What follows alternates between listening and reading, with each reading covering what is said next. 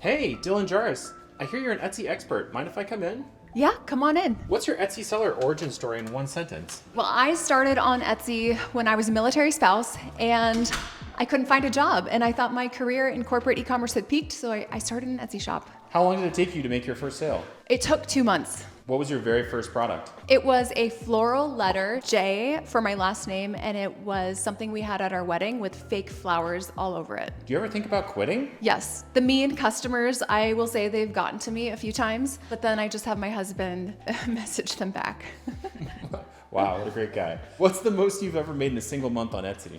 Oh my gosh, Etsy, probably about 60,000, but then when you add Shopify and Amazon, it'd be closer to like 75,000. What's the least glamorous part of running an Etsy shop? Probably when my hands were bleeding from holding the glue gun so much. How many listings do you have in your Etsy shop right now? 933 was my peak. What's your most surprising bestseller?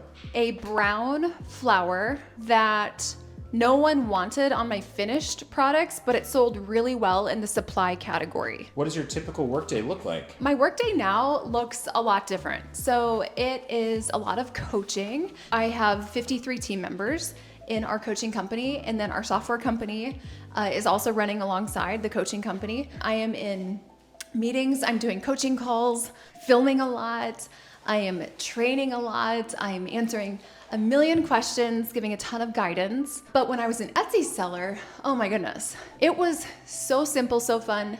Wake up, start messaging customers, start working on orders, send things off to the post office. It was a lot of fun. Coffee or tea when you're working on your shop? Diet Coke. Is that an option? What's the biggest lie Etsy sellers tell themselves? You just have to be super patient and eventually the sales will come. Is Etsy saturated? Not at all. 99.9% of people have no strategy, so it's saturated with bad listings, and there's not that much competition that you should actually consider like real competition. Can a brand new seller still make real money on Etsy in 2026? Totally. Yeah, we have sellers who are hitting $10,000 a month, 6-7 months into having a shop. What do most failing Etsy shops have in common? They're not moving fast enough. They are putting up 10 listings, 20 listings, and they're wondering like, why am I not getting sales? And they just keep doing the same thing over and over, not seeing results. And they think if they keep doing what's not working, it'll start working, but that's not the case. What's more important, traffic or conversion? Traffic, because if you don't have traffic, you won't know if you have a conversion problem. Do you need to be creative to succeed on Etsy? Not at all. I have people who would identify as the opposite of creative, where they're very like logical. I have scientists who are in our Etsy program. We have people who are like financial planners, where they feel like they're not at all creative. If you can spot opportunity and if you're resourceful, you can be really successful. Is passion for your product important or is it overrated? Totally overrated. If you understand strategy, you can sell anything and you're gonna be passionate about something if it's making money. How long should someone realistically give their shop before seeing results? That's a tough one. I would say if you're doing the right strategies, you should be seeing results in 3 to 4 weeks. However, I think people give it way too long. You should know if something is working within 3 to 4 weeks. What's the number one mindset shift that changes everything? Having no quit, being absolutely tenacious, and being willing to go the extra mile and work longer and harder in the beginning than anyone else. Because really to get anything off the ground, you have to have that grit, and passive income is not passive in the beginning. How do you actually find a winning product? One of my favorite ways is actually to look outside of Etsy for product ideas, because Etsy is one of the last places to get trends. So one of my favorite things to do is to actually go to markets, where I went as a buyer for some big corporate companies, and you go to markets and you identify trends there, and it's, a year early. Niches, overrated or essential? Totally overrated. We never want to pick a niche. A niche does not guarantee a profitable customer. Instead, you want to choose a customer and then serve them for 4 to 7 years in different areas of their life. How many products should a new shop launch with? 7 different types of products, but I would say 10 to 20 is a good number. What's a loss leader and why does every shop need one? Loss leader is low price point, low margin product. You're not going to lose money on it. Maybe you're making like $1 per transaction, and the whole goal of a loss leader is to get 20 orders per day on that entire listing. And then what happens is that order velocity signals like big green flags to Etsy, and it elevates the other listings in your shop in search results. So your loss leaders sell, and then the other listings start getting more traffic and sales as well. Should you sell what you love or what sells? Appreciating the product is important, but I think if you are making money, I think you're going to appreciate the product. So I think it does go hand in hand. But people ask me that all the time. Do you have to be the customer for that product and personally love it? I really don't believe it. How do you know when a product is worth scaling? I would say once you are getting a high conversion rate in the first 30 days, it's a good sign. Physical products versus digital products. Which would you start with today? A combination. Definitely a combination. I love physical products because of the margin opportunity, but then digital products are great for loss leaders.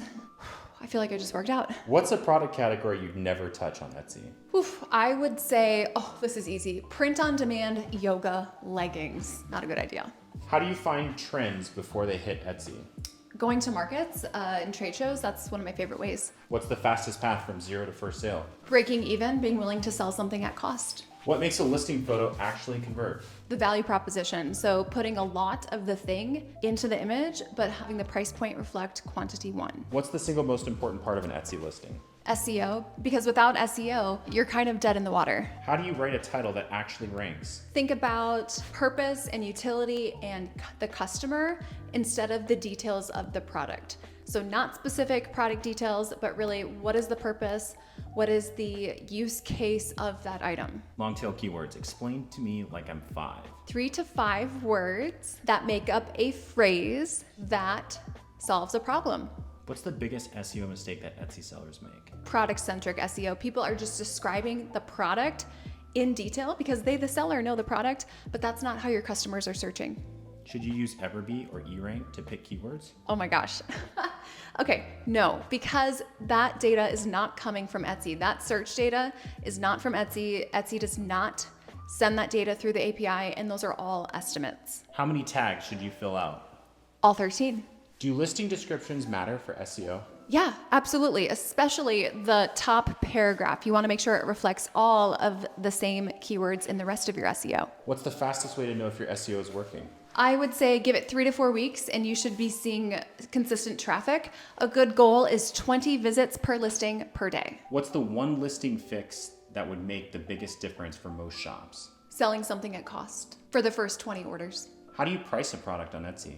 Not too high in the beginning. People come out the gate thinking, oh, I need to pay myself for my time, but you have no orders, no traction, no social proof, no reviews. You can't do that right away.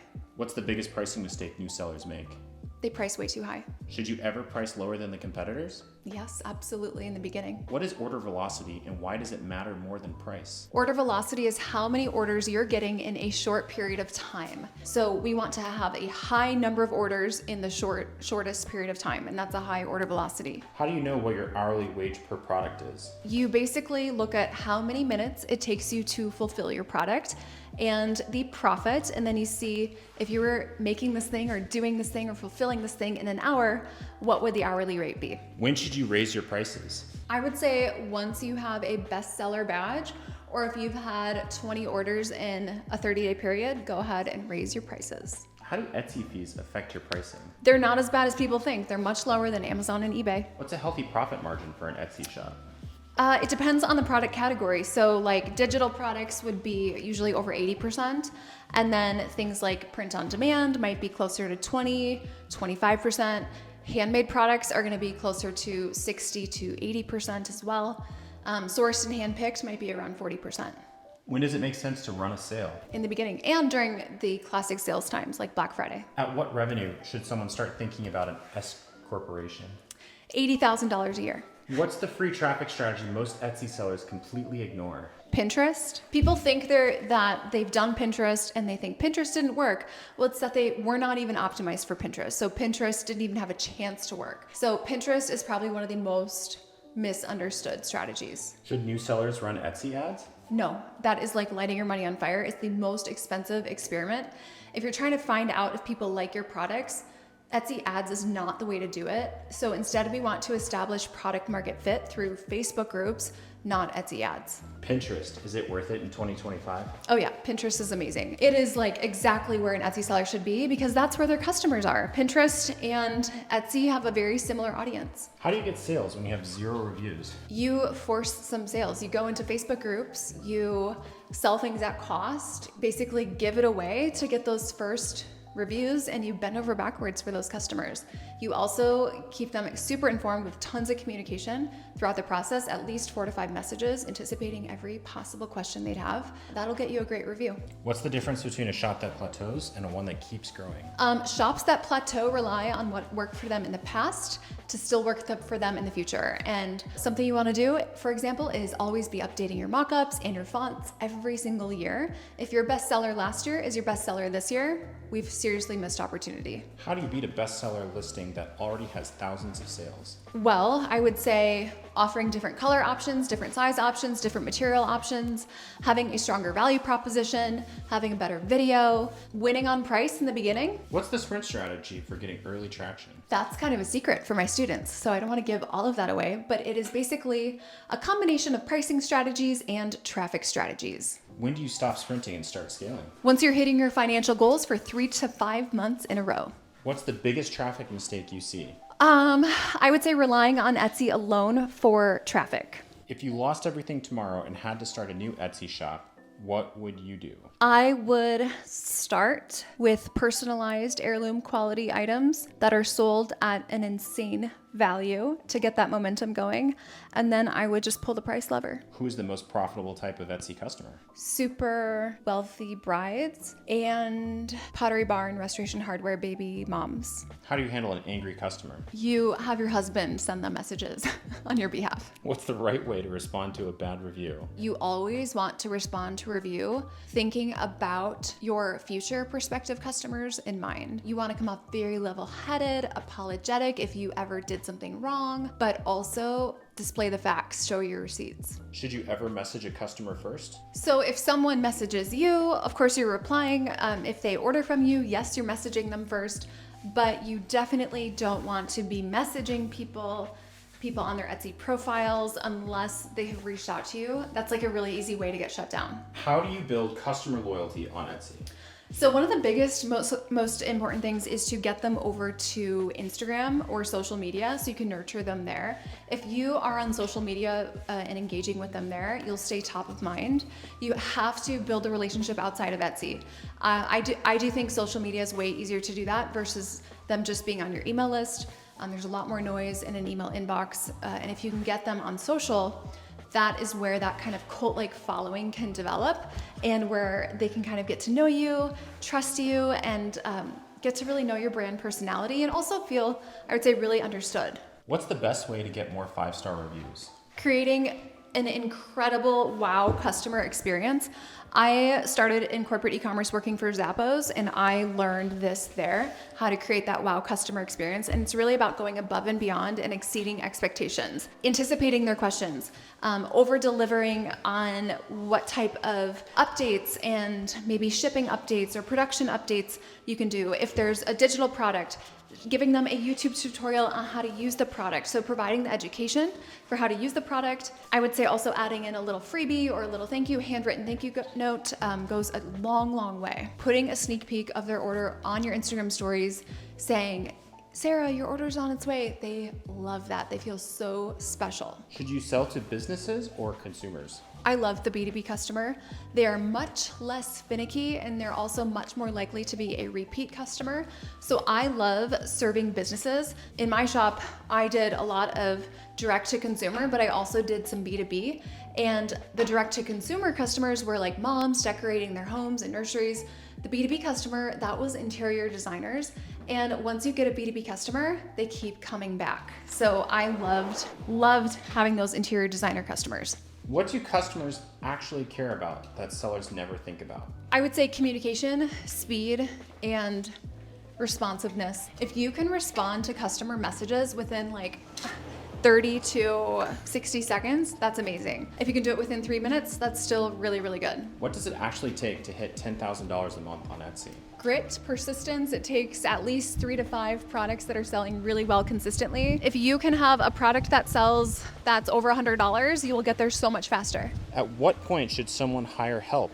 I would say when you are hitting $10,000 a month and when you have low skill, repeatable tasks that are taking up a lot of your time. Is it possible to build a real business, not just a side hustle on Etsy?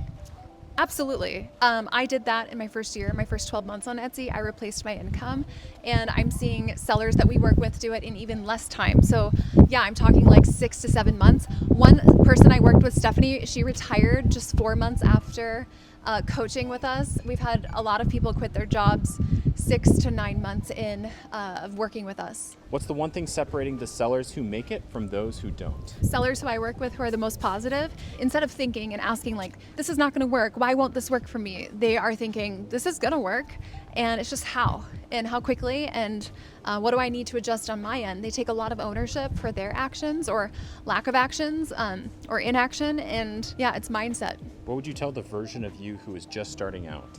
I would say, Dylan, you are going to help so many people. And while it's really hard right now, push through because your purpose is so much bigger than you think. Thank you, Dylan, for answering my questions. Thanks for coming to my home, Wes. This was so much fun, and I hope that it helps some Etsy sellers out there.